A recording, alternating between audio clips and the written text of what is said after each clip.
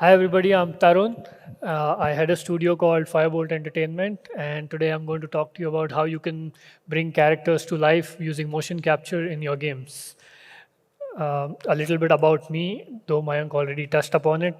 I've been in the industry for 15 years, and during this time, I've worn many hats. I've started as a 3D mocap artist, moving up to be a mocap supervisor and director, and then working in mobile games as a game producer for a while, and then eventually starting Firebolt Entertainment, which basically deals with motion capture and digital doubles, and we are always focusing on niche and innovative technologies to provide that to the gaming and VFX industry. So now coming to the main part of the talk, what is motion capture? To put it very simply, motion capture is basically the technology or a medium which allows you to take live action data from an actor and apply it onto your 3D character. That's the simplest definition of it. And it takes any humanoid character or animal character and it can be transferred onto your 3D character.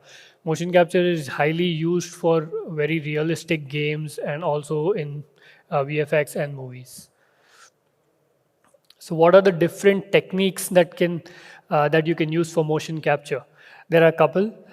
The first one is optical mocap, then there is inertia-based motion capture, and the other one is video-based motion capture, which is basically markerless and AI, like Abhinandan in the previous talk mentioned a little bit about. So let's talk a little bit more detailed about each of these. What is optical motion capture? Optical motion capture is basically used by applying reflective spheres onto an actor. These reflective spheres are known as markers.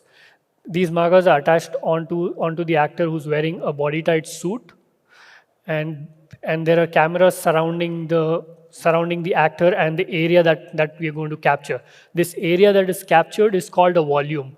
So this is an important part to know, that the area that is captured is called volume. So if you ever went to do mocap, you would want to ask them what the volume is, and their response would generally be like a 15 by 20 feet volume. That basically means what the dimensions and how much area it can capture. And then moving on to inertia-based motion capture. Inertia-based motion capture is also used by strapping on sensors onto the actor, but these sensors are independent of cameras, and these sensors are generally put onto the actor. They're either embedded in a body tight suit, or they're fastened onto the actor at different points of the body using some kind of Velcro straps. And these do not need markers and are independent of that. These work based on gyrometer and accelerometer kind of technology. The third one is markerless and video based, which sometimes takes input from either one camera or multiple cameras, and they are processed on a backend cloud or something like that, where where there's some depth sensing going on, and some AI that uses, and they generate like a skeletal output, which you can in turn take and apply onto your 3D characters and integrate it in games. All right, so let's say you guys have a project that you're thinking about, and when we are discussing projects, we always think about what technology we can use, and if we should use motion capture or not would be one of the questions that comes up. This really depends on what kind of game you're looking at, what kind of result you want to achieve, what kind of characters are going to be there in your game, what kind of animations are they doing. Is your game a very realistic game? Is it a cartoony game? So if what motion capture basically does is mimics real life motion. So if you have very realistic characters and your motions are lifelike, which basically mimic everyday motions of humans or animals, then motion capture would be the way to go. Motion capture is always good to use in these kind of situations, because when we on a daily basis, we interact with a lot of humans, right? So if we have something wrong in a game animation, it's very easy for the audience to tell that, hey, something's not right over here. It's not really looking realistic, right? That's the reference point what they go with. All right. So the next question would be, in my game, what all can I mocap? Can I mocap fingers, face? What else? Can I do NPC characters? Can I do playable characters? Yes, all of that. You could do your motion capture for player character animations, for NPC animations, for facial animations, finger animations, and obviously for cutscenes and cinematics, which are more VFX driven kind of animations, right? But the next question obviously would be, can I capture animals? Well, sure, why not? In some cases, unless you want to mocap a tiger, you're good to go. So here's a sample. Oh, sorry.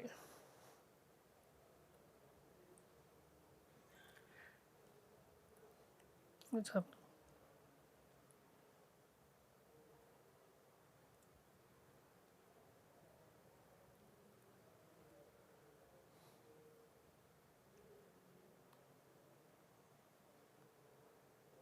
So here's a sample from an actor who's using arm extensions to act like an ape. So this is how they would they would capture creatures, right? These are specially made uh, arm extensions, and different types of gear is used for different kind of actions to capture creatures of different sorts. And here you can see, okay, it's playing a little bit in slow motion, but yeah, here you can see there's a horse character that has been captured, and then that gets translated into a 3D character. So when I spoke about optical motion capture earlier, the thing to note was that these cameras which we use in optical mocap are high-speed cameras, and they generally do not see stuff like regular cameras. They basically see these reflective spheres as just the dots. So you don't really see people as such. All right. So you guys think now you know enough about motion capture, and can we start doing some mocap? Get into a spandex suit and let's start shooting some mocap. No, not yet. This is just the beginning. There's a lot more to go when it comes to a motion capture session. So how do you mocap? What do you need? Planning, planning, and planning. More planning. The more you plan, the better your mocap session would be. So what do you need? What do you need to plan for? Well, you need to get out those Excels, our lovely old Excels, right? Any game designers here? Yeah, game designers really love that Excel, right? But artists, not so much, right? So what do we put in those Excels? we need to dis- we need to put a description of the characters. What kind of character do you have? What are the quirks of the characters? Do they have some kind of a specific characteristics? Do they walk with a limp? Do they walk with a hunch? Anything that adds more uniqueness to the character, you need to list all of those down. Are some of your characters using guns? Is somebody using a shovel? Because all that would be needed in a motion capture session, right? We would use props like that to capture the realistic animation for that. The next thing would be making an animation list of what kind of animations you would want your character to be doing in the game, right? So let's say it's a shooter, you would want him to uh, do like an idle animation, and then from an idle he would have to run, then he'd have to crouch and hide behind a podium and shoot, something like that, right? So you would have to list all of those down with the maximum amount of detail that you can. You should also list down everything as to what kind of a gun he would be using, what kind of a reaction he would be having. So put that down in the description. Maybe go online, find more video references, that anything that can basically help your actor, your teammates, and the motion capture team understand what you are exactly looking for, help them explain your vision, right? After you've put down all of those animations into a spreadsheet, the next thing you need to do is make a flow chart, right? Um, A flowchart is something like this, which basically states different animations and what animation would lead into which other animation, right? This basically helps you identify any loopholes that you've forgotten about, right? For example, if we did a stand relax into a walk, right? Would he walk and go directly into a run, or would you have to go back to stand? So if you had to go from a walk to a run, then you would realize that you need to shoot a walk to run animation. So where the speed is increasing slowly, right? Gradually. So the flowchart basically helps you understand what you're missing and what you should add in as extra. And the Excel sheet that I mentioned previously should look something like this, right? It should have the max amount of detail that you can put. So you'd have to say, okay, it's idle stand shot, which is a loop, which is going to play continuously when the character is not doing anything. It's it's a shoot shot where he's shooting with a pistol. The prop that he's going to hold is a pistol. Next one is going to be stand to run directly, etc., etc. And it's good to also say what the start pose is and what the end pose is. You might not have this right at the beginning, but as you work through your animations and how you and when you work through your flowcharts, you get more and more clarity. The idea is that before you go on the mocap stage to shoot, you have all of this very clear so that you don't end up wasting time, and also you don't have to kind of redo parts which you've missed. So here are some, you should always look for references, online like this. It's just a simple shot, but it's a good way to communicate to your actor or your mocap director that, what, this is what we are expecting. There's some kind of quirk over there, right, where he leans back and then he's firing the pistol. So if that's what you want, yeah, find a reference like that. If not, just shoot one yourself. Right, here's another example of, I don't know why the videos are kind of stuck here. Okay, here's another example of what that flowchart assembles into, right? So it was an idle, then from an idle he went to a shoot, a reload, then he got hit on the left shoulder, right shoulder.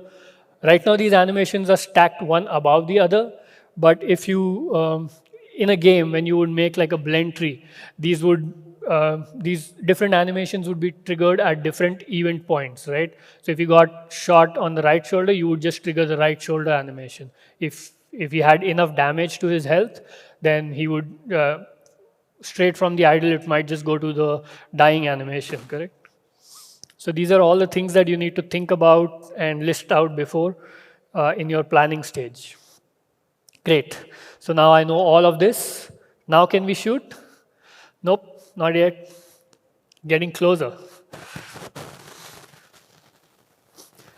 All right, what now? Now you need to basically create your characters.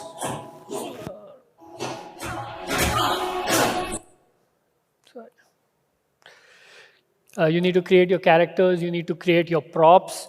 Even if your characters are not fully fleshed out, it's good to have them in the correct proportion of what your character should be, so that when you go to the mocap stage, you can kind of previs the animation, and then you know what it's looking like when it comes into your game, right? Then you need to find an actor who can basically perform the way you want to. So this is generally done through actor casting and stuff, where you get a bunch of actors in, find them, give them a few moves to do, and then choose from them.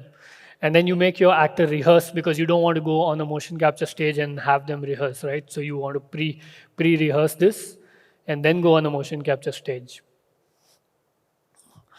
Motion capture shoot days are just for execution because they come with a certain cost. And if you tend to practice on those days, you just waste a bunch of budget, which your finance teams are not going to be happy about, right? All right, so like I listed a bunch of things that you need to do. There are some things that you should not do, obviously kind of the opposite of what you need to do. is you don't need you should make sure that your actors are not unprepared. They need to be prepared, like I said, rehearse, and everybody on set needs to everybody from the game team and the mocap team needs to have information about what what characters need to be used, what props need to be used. Suppose there's an animation which says climbing stairs, falling from stairs, right? So if he's climbing stairs, you'd have to build like a virtual you'd like have to build like a real stair, right? So that the actor can climb on the and on those stairs and that animation can be captured, right? So it's good to have that information given first so that all these props that you need to use during the mocap shoot are ready. And then the worst thing would be not to have the correct assets, because um, if the assets don't sync with your game assets, then you would, in the previous part, you kind of look at the animation one way, but when you apply them onto your final character, they might just look very off. So it's always good to have those correct proportioned characters ready from the very beginning. Right. So now, yeah, now that you know all of that, we are all set. And this is a sample of how a mocap set would work. This is from Resident Evil, the making of Resident Evil. Like you see, there are so many props that they use. So we always need to have like the list of props and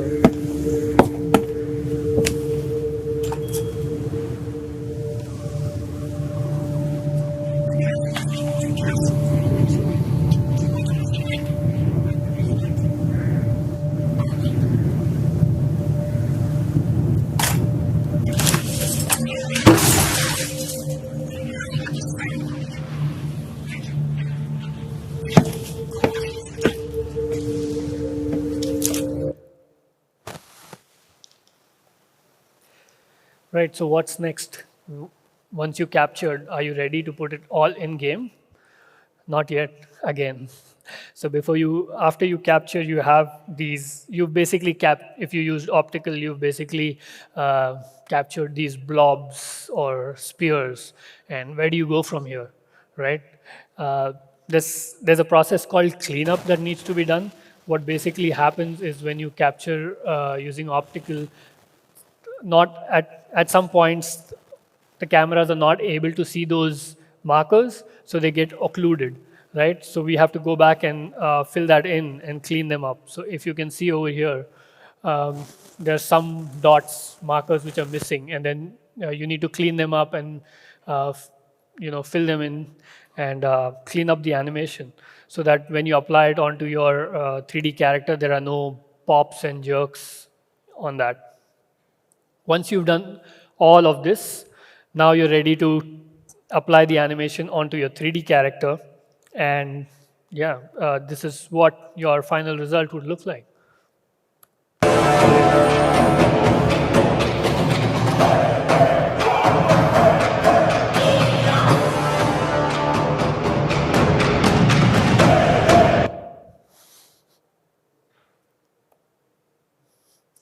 Right, so showing some more.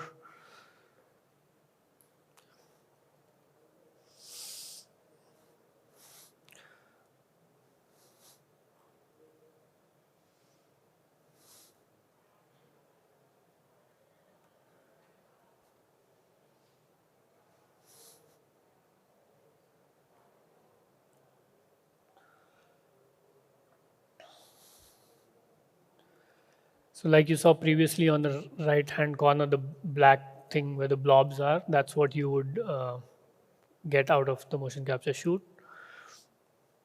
And when you don't capture the fingers, this is how you get it. And then you go back and in post, you kind of add in the finger animations and stuff like that.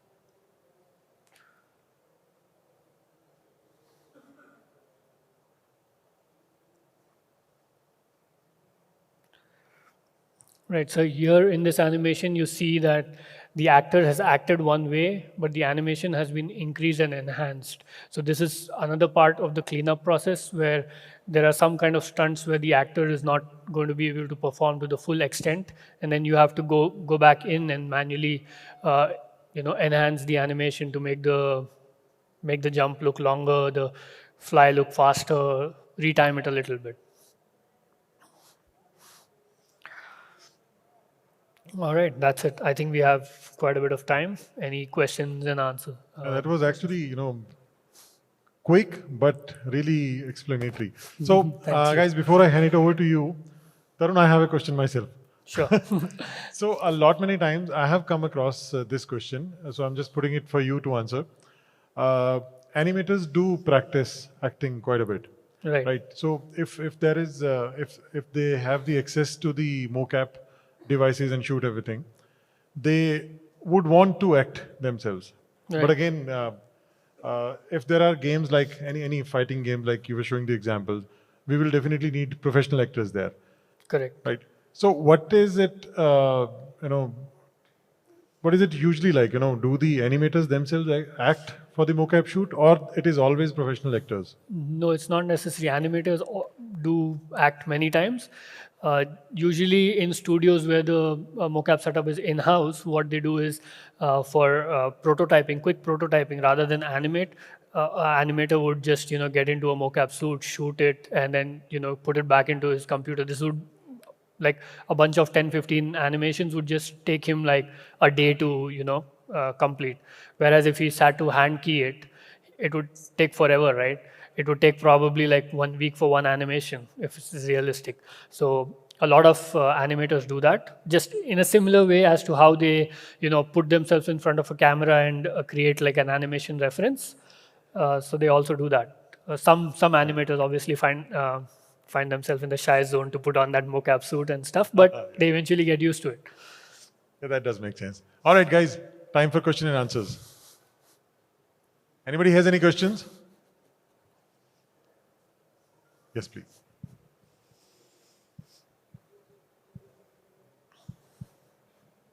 Hello. Hi. So my question was, while mocapping any animation, there's a certain weight to animation that you can't get from mocap. So like you showed a fight sequence scene. So in that scene, while recording the mocap, you can't just hit the other actor so that it throws back or something like that.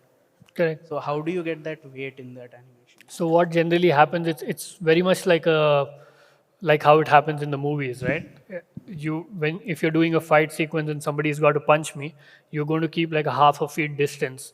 But here's where professional actors come in, where they have that intuition that when the arm is coming here, you obviously will react to it, right? So you do that, and then like I showed in the last clip, where the actor is jumping from here to there, but you have to kind of go back and tweak it a little bit to enhance that action. So what we in this case, in the punch case, what we would do is in post we would just get both the characters a little bit closer and then make sure that the hand is kind of landing on his face or any other part.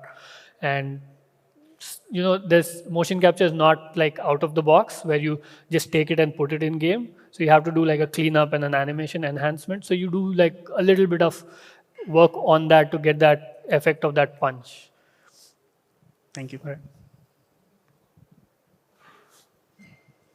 Hello. Hi. Nowadays, deep motion is giving a motion capture from the videos, right? So how much it affect the traditional animation, like optimal motion capture using our motion capture suite? What's the big difference between these? That's an AI-based system. These are different type of systems. At the moment, any AI tool is not yet up to the mark. It can be used maybe to create animations for fun or for maybe for some indie small projects. But if you were to make like a AA, AAA game, or if you were going to shoot a movie, you would not be able to use that as of today. Maybe 2 years down the line or sometime down the line, that would be definitely possible. Thank you. Thank you.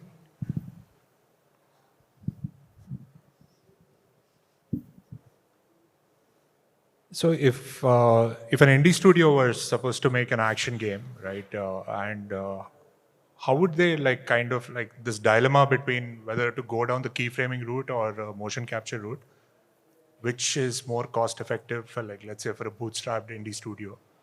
How would one answer this dilemma, right? Like which one to pursue? So like I said, right, you would look at the tonality of the game, of what you're trying to achieve in a fighter game, right? Like for example, Mortal Kombat, right? Um, the base animation nowadays is motion capture. Then they go back into it, and then they kind of speed up some actions. They create like a slide for the characters and stuff.